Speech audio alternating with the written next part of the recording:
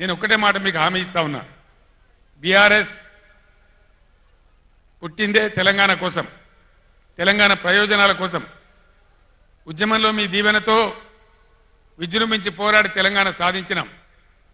మీరు అధికారం ఇస్తే 10 ఏళ్లు అన్ని వర్గాల ప్రజలను కడుపులో పెట్టుకొని కాపాడుకున్నాం, అనేక మందిని కాపాడుకున్నాం.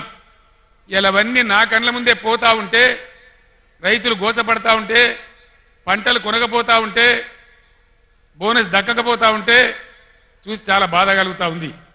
నేను ఒక్కటే మాట మీకు చెప్తా ఉన్నా, నేను బతికున్నన్ని రోజులు తెలంగాణ ప్రజలకు మంచి జరగడం కోసం పోరాటం చేస్తే తప్ప నోరు మూసుకొని కూర్చోను అని చెప్పి నేను మనవి చేస్తా ఉన్నా. 100కు 100% బీఆర్ఎస్ మీతోనుంటది, మీ ప్రయోజనాల కోసం ఉంటది. పుట్టిందే తెలంగాణ ప్రజల కోసం కాబట్టి అన్ని రకాల ప్రజల యొక్క హక్కులు కాపాడడానికి మీ వెంట ఉంటది అని నేను మనవి చేస్తా ఉన్నా. ఈ 2 పార్టీల వ్యవహారం మీరు చూసినారు. మొన్నటిదాకా బీఆర్ఎస్ పుణ్యాన గెలిచిన వ్యక్తి రంజిత్ రెడ్డి మీకు తెలుసు. ఏం తక్కువ చేసినాం రంజిత్ రెడ్డికి? ఎంపీ టికెట్ ఇవ్వలేదా, గౌరవించలేదా, గెలిపించలేదా అని నేనే వచ్చి ప్రార్థిస్తే మీరే ఓటేయలేదా? ఇలా ఎందుకు పార్టీ మారిండు రంజిత్ రెడ్డి? దేనికోసం మారిండు? ఆయన మన పొద్దుతిరుగుడు పువ్వా? అధికారం ఎటువంటి ఆడు తిరుగుతాడా? దయచేసి ఆలోచన చేయాలి. ఈ ఇద్దరు వ్యక్తులు కూడా ఎవరికి తెలిసిన వాళ్ళు కాదు. బీజేపీ తరఫున నిలబడ్డాయినా కానీ, ఇలా కాంగ్రెస్కి వెళ్ళి వచ్చాడైనా కానీ, ఏ కారణం మీద పోయిండు రంజిత్ రెడ్డి? ఎందుకు పోయిండు? ఎందుకు పోయిండండి? అధికారం కోసమా, పదవుల కోసమా, పైరవీల కోసమా? దయచేసి దానికి మీరే సమాధానం చెప్పాలి. ఈ విధంగా ఉన్న వాళ్లకు ధీటైనటువంటి దెబ్బ మీరు కొట్టాలని చెప్పి నేను మనవి చేస్తా ఉన్నా.